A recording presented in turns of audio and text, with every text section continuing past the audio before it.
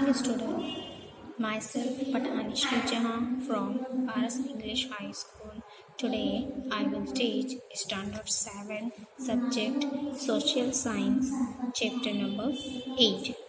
Delhi during the midweek period. तो आज जो हमें इस चैप्टर में दिल्ली सल्तनत के बारे में पढ़ेंगे। Bhagwati Ben went on a tour of north India. Bhagwati Ben जो है वो नॉर्थ इंडिया की टूर पर जा रही। She was interested in history and so she noted down information about the rulers of Delhi in her diary. This tour diary was read out in the classroom. What was read out is below. अब हमें क्या बताया गया कि जो भगवती बहन हैं उन्हें जो है वो नॉर्थ इंडिया जाने का अवसर मिला, यानी वो टूर पर जा रही हैं। तो और वो जो है शी वॉज इंटरेस्टेड, यानी कि उनको जो है वो हिस्ट्री में बहुत इंटरेस्टेड है ना।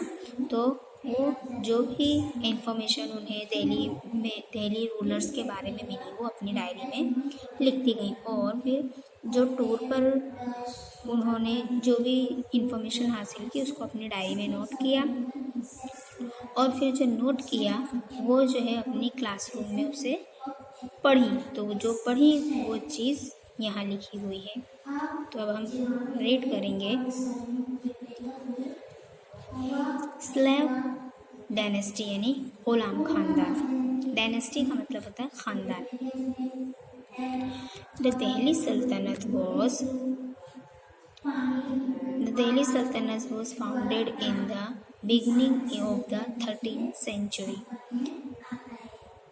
1206 CE, after the death of Ghori.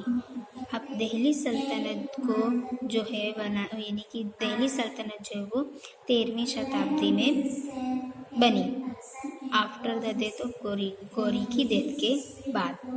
One of his royal slaves became the commander and established control over the throne of Delhi। और फिर उसके बाद जो है गौरी की डेथ के बाद जो है उनके जो कमांडर थे वो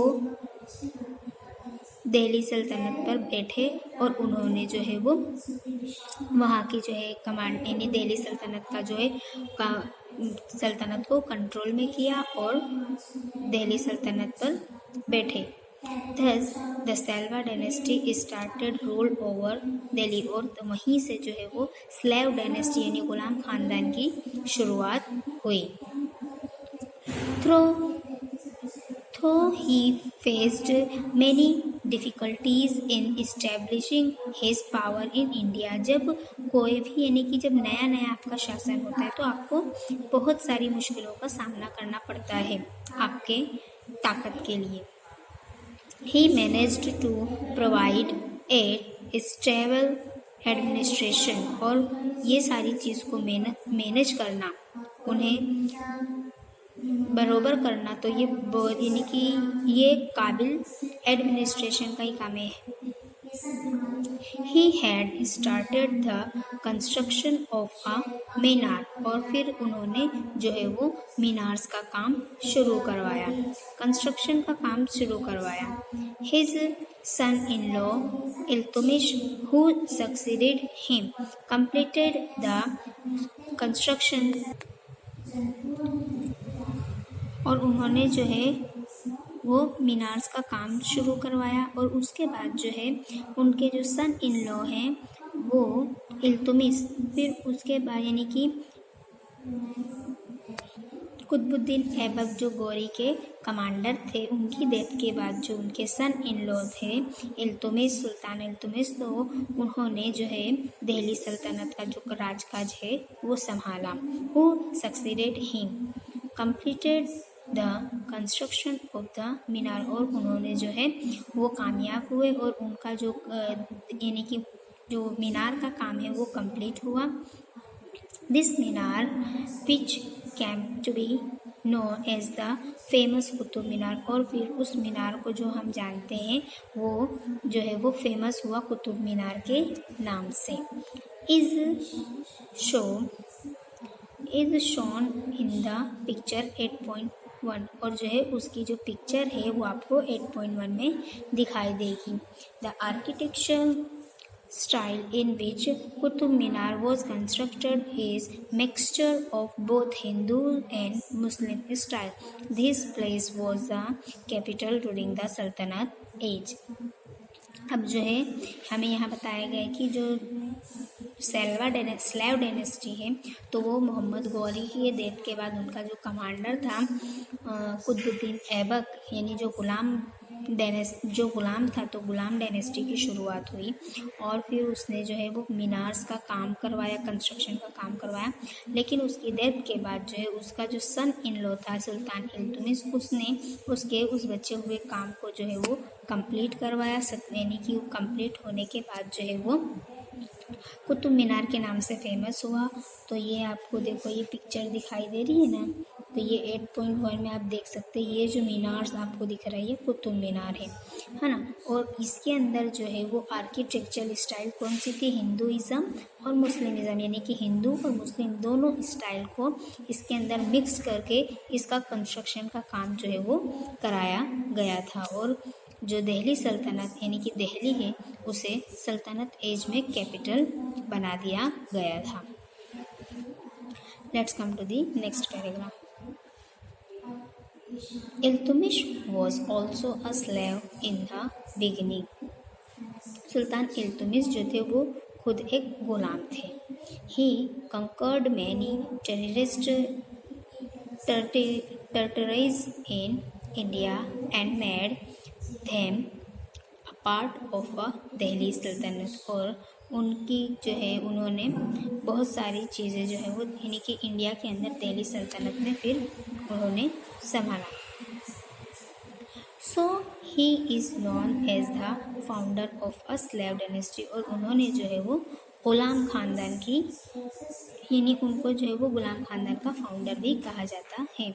his daughter Razia Sultan ascended the throne after his death in 1236 CE। अब जो है सुल्तान इल्तुमिश की डेथ के बाद जो है लोगों ने सुल्तान इल्तुमिश की डेथ के बाद जो है वो रजिया सुल्तान जो उनकी डॉटर थी उनको जो है वो राजगद्दी पर बैठा दिया। Razia was the first female ruler सुल्ताना to rule over Delhi. Razia Sultan जो थी वो फर्स्ट फीमेल थी, यानी पहली जो लेडीज़ थी जो राजगद्दी यानी दिल्ली पर राज कर रही थी। Razia was an efficient ruler. She used to dress as a male when she was in the court. अब जो रजिया सुल्तान थी वो जो है वो बहुत काबिल रूलर थी, और वो जब भी अपने दरबार में कोर्ट में आती थी तो एक मेल की तरह यानी कि एक राजा की तरह जो है वहाँ उनकी एंट्री होती थी।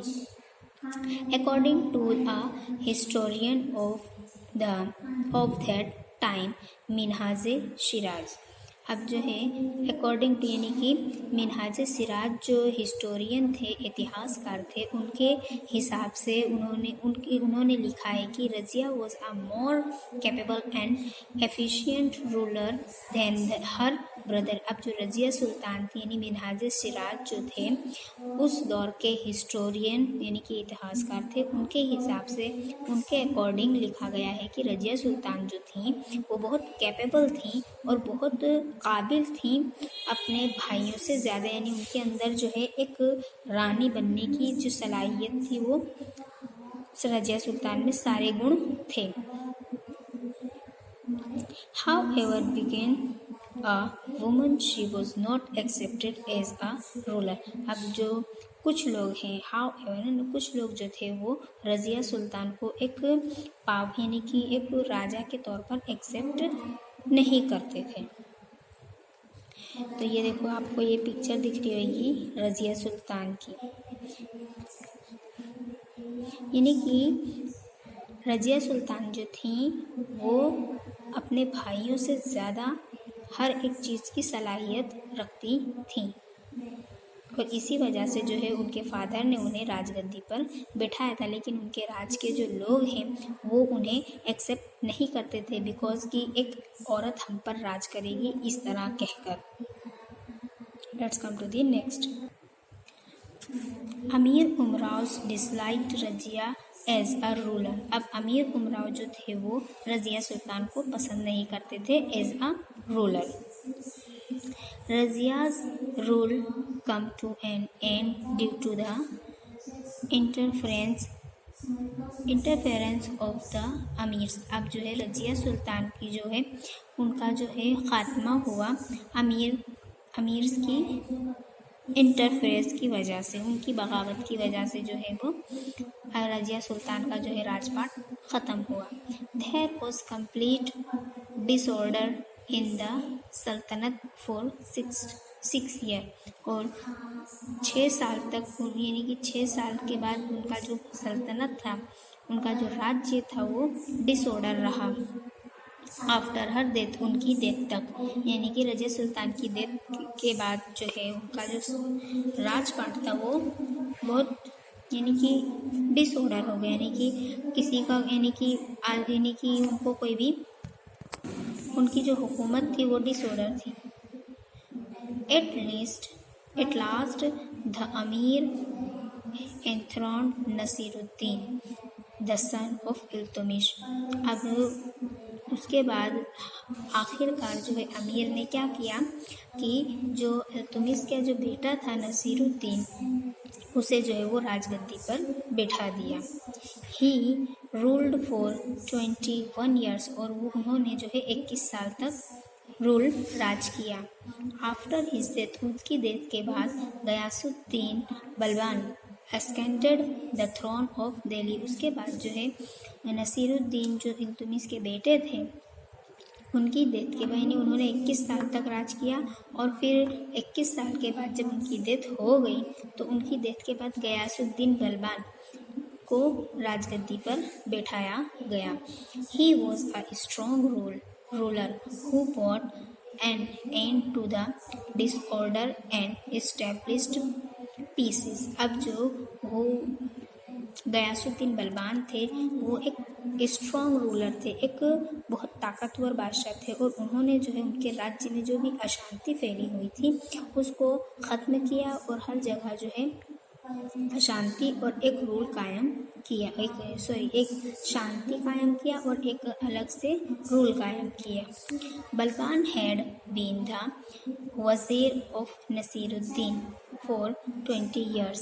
अब जो है नसीरुद्दीन जो थे, बलबान जो थे वो नसीरुद्दीन के 20 साल तक वज़ीर थे। Subsequently, he ruled as Sultan for 20 years. और उन्होंने जो है वो 22 साल तक राज किया। His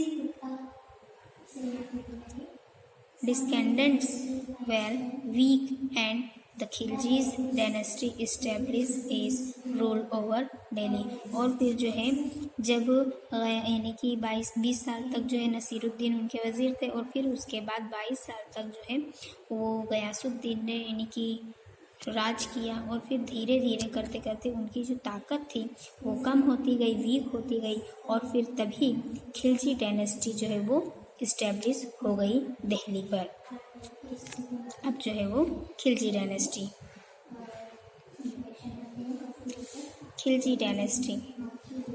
within 4 years of Balban's death, यानी बलबान की डेथ के 4 साल बाद the Khilji dynasty establish its rule over Delhi. Delhi पर जो है वो खिलजी डायनेस्टी का यानी कि खिलजी ख़ानदान का जो है वो राज आ गया। द तुर्क community who belonged to Khilji in Afghanistan was known as a Khilji, यानी कि जो तुर्क कम्युनिटी थी वो लोग अफगानिस्तान से बिलोंग करते थे तो उनको जो है वो खिलजी कहा जाता था। Jalaluddin Khilji brought an end of the slave dynasty and in its place अब जो है जलालुद्दीन खिलजी जो थे उन्होंने स्लेव डायनेस्टी का खात्मा किया और फिर वहाँ जो है अपना राजकाज कायम किया और वो वहाँ के फाउंडर बन गए। फाउंडेड थे खिलजी डायनेस्टी इन 1296 CE और 1296 में जो है वो खिलजी डायनेस्टी की जो है वो शुरुआत हुई। Alauddin Khilji who was both his nephew and son-in-law overthrew Jalaluddin and became the rulers of Delhi। अब जो अलाउद्दीन खिलजी थे वो कौन थे, तो वो जलालुद्दीन खिलजी के नेफ्यू भी थे और सन इन लॉ भी थे। और जलालुद्दीन के बाद जो है वो अलाउद्दीन खिलजी की राजशाही दिल्ली पर कायम हुई।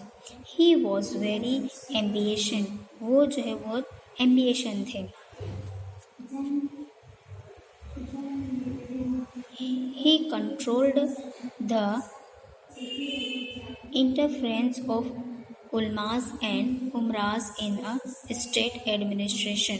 अब जो है वो जो अलाउद्दीन खिलजी जो थे उनके कोर्ट में, उनके दरबार में, उनके राज्य में जो भी उलमास और उमरास थे उनकी जो है वो इंटरफेरेंस को उन्होंने रोका और जो है वो अपना एक स्टेट एडमिनिस्ट्रेशन को कायम किया। Alauddin Khilji framed district laws to control price. उन्होंने जो है सारा राजकाज जो है सारे राजपाट में जो भी चीज़ें हैं उनके दामों पर एकदम स्ट्रिक्ट जो है वो पावर कर लिया, कानून बना दिया, जिसकी वजह से जो है वो प्राइस कंट्रोल में रहे और लोगों को तकलीफ भी ना हो। द फेमस पोएट अमीर Khusro whose works are well known, जो फेमस पोएट हैं अमीर खुसरो, उन्होंने अपने किताब में कहा है कि एडोन्ड हिज कोर्ट, उनके कोर्ट में, जो अमीर खुसरो यानी कि अलाउद्दीन खिलजी के कोर्ट में यानी दरबार में जो है वो बहुत फेमस पोएट, बहुत फेमस शायर थे अमीर खुसरो। तो उनके बारे में बताया गया है कि there was complete disorder in the kingdom. उनके जो राज दरबार में जो डिसऑर्डर थे यानी जो अशांति फैली हुई थी, जो भी यानी कि उलट पलट था, वो सब चीज़ों को क्या करा उन्होंने अपने यानी कि आफ्टर हिज डेथ यानी कि अलाउद्दीन खिलजी के बाद जो है वो उनके राजपाट में जो भी यानी कि अननेसेसरी चीज़ थी वो सब चीज़ को डिसऑर्डर था वो सारी चीज़ों को ख़त्म कर दिया। After his death and the Tughlaq dynasty established its power replacing the Khilji dynasty। और फिर जो है अलाउद्दीन खिलजी के बाद जो है वो तुगलक डायनेस्टी की स्थापना हुई, यानी कि क्या हुआ देखो, और रिप्लेसिंग द खिलजी डायनेस्टी, और जो खिलजी डायनेस्टी जो थी वो ख़त्म हुई। यानी कि सबसे पहले जो है वो ग़ुलाम ख़ानदान आया, ग़ुलाम ख़ानदान में गौरी की डेथ के बाद जो है वो कुतुबुद्दीन ऐबक आया जो गुलाम था, और वो कुतुबुद्दीन ऐबक के बाद जो है उनके जो सन इन लॉ थे सुल्तान इल्तुमिश, उन्होंने अपनी जो है वो दिल्ली पर राज कायम किया। और सुल्तान इल्तुमिश के बाद जो है वो रज़िया सुल्तान आई थी। रज़िया सुल्तान सुल्तान इल्तुमिश की बेटी थी और वो अपने भाइयों से ज़्यादा काबिलियत रखती थी एक क्वीन बनने की, है ना। और उसकी यानी कि उनके बाद जो है फिर वो दिल्ली सल्तनत पे खिलजी डायनेस्टी का जो है वो शासन आया। और खिलजी डायनेस्टी के बाद जो है वो खिलजी डायनेस्टी के फाउंडर कौन थे, तो जलालुद्दीन थे। और जलालुद्दीन खिलजी के जो नेफ्यू और सन इन लॉ थे अलाउद्दीन खिलजी, फिर वो राजगद्दी पर बैठे दिल्ली की राजगद्दी पर। और फिर उनके बाद जो है अब तुगलक डायनेस्टी जो है वो अब आई, मतलब के सैलवा डायनेस्टी को रिप्लेस किया। किसने रिप्लेस किया? कुतुबुद्दीन गौरी को, यानी कि गौरी के बाद जो है वो स्लेव डायनेस्टी है। स्लेव डायनेस्टी के बाद जो है खिलजी को खिलजी डायनेस्टी ने रिप्लेस किया, और खिलजी डायनेस्टी के बाद अब जो है वो तुगलक डायनेस्टी आएगी।